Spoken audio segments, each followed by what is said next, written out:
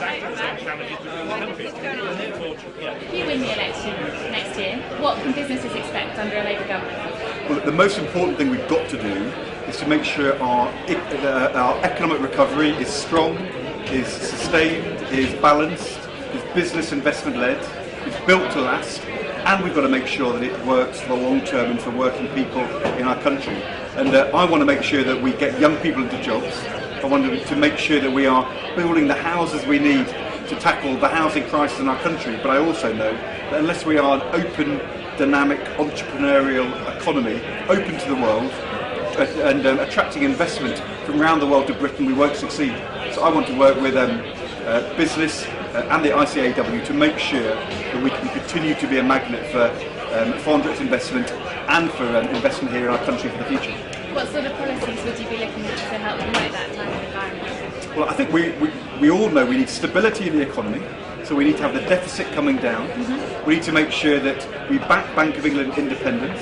We need to make sure we stay in the European Union and argue for the reforms we need in Europe. I also want a banking industry which is really working for the long term in our country, and we're going to set up a business investment bank, which is modelled on, for example, the Small Business Investment Company in America, to make sure that those companies who at an early stage find it hard to get onto the normal financing ladder can get the early stage startup capital they need.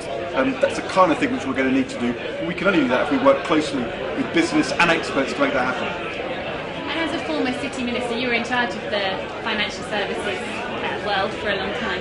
Do you think it's a better or a worse place to do business now in the City of London? I think it's tougher. It's tougher because the financial crisis has done a lot of damage to individual institutions, to the capital of our banks, but also to all of our reputations of people in all professions, to be honest, regulators, politicians all around the world. And we need to make sure that we show we've learnt the lessons, that we are strengthening the regulation, we're being more open and transparent.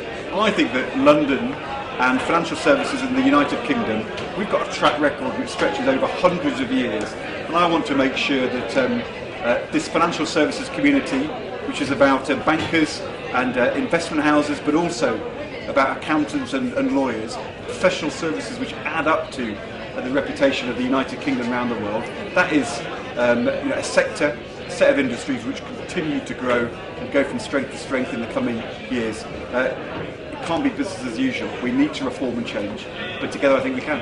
Let me ask you about the tax code. Something that's been both political and important to businesses is the multinational tax situation, and Ed Miliband's been very vocal on this. How would you go about when in government matching that rhetoric with action over the tax code? Look, we were hearing tonight that the current chancellor, when he was in opposition, promised to simplify the tax code, and in fact the last 2 years of budgets from George Osborne have been the longest budgets we've seen in our history. It is hard to simplify the tax system because the reality is there is a continual global effort to find ways round the rules, and the HMRC is always struggling to keep up and using expertise, but it's always hard to do so. I don't think that should be a reason not to simplify. We have to recognise that is a reality.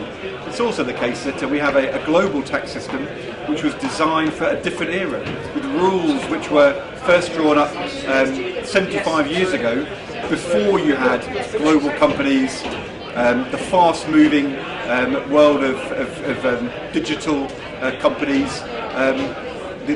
The reality is that the business model of a Google or an Amazon is just very different from companies of the past, and we need to make sure that in a way which is fair and gets a fair share for the taxpayer, but also supports investment and entrepreneurship, we keep the tax system globally up to date.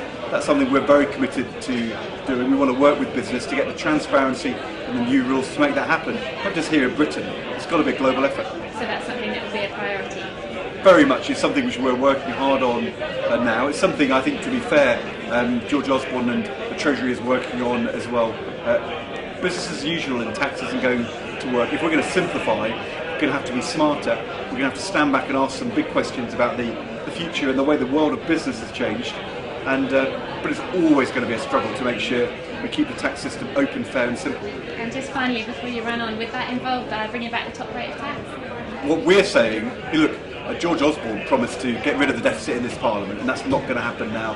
After 3 years where the economy barely grew, the next government, and I believe the next Labour government, will still face a very large deficit.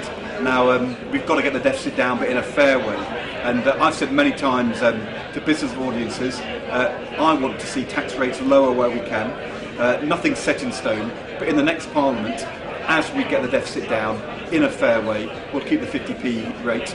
I think people understand that it's a challenging time, and when living standards are falling for most people in our country, we've all got to work hard to show that we can do things in a fair way, and that an open, globally orientated, entrepreneurial Britain can work for all and not just some. And that's what we've got to prove.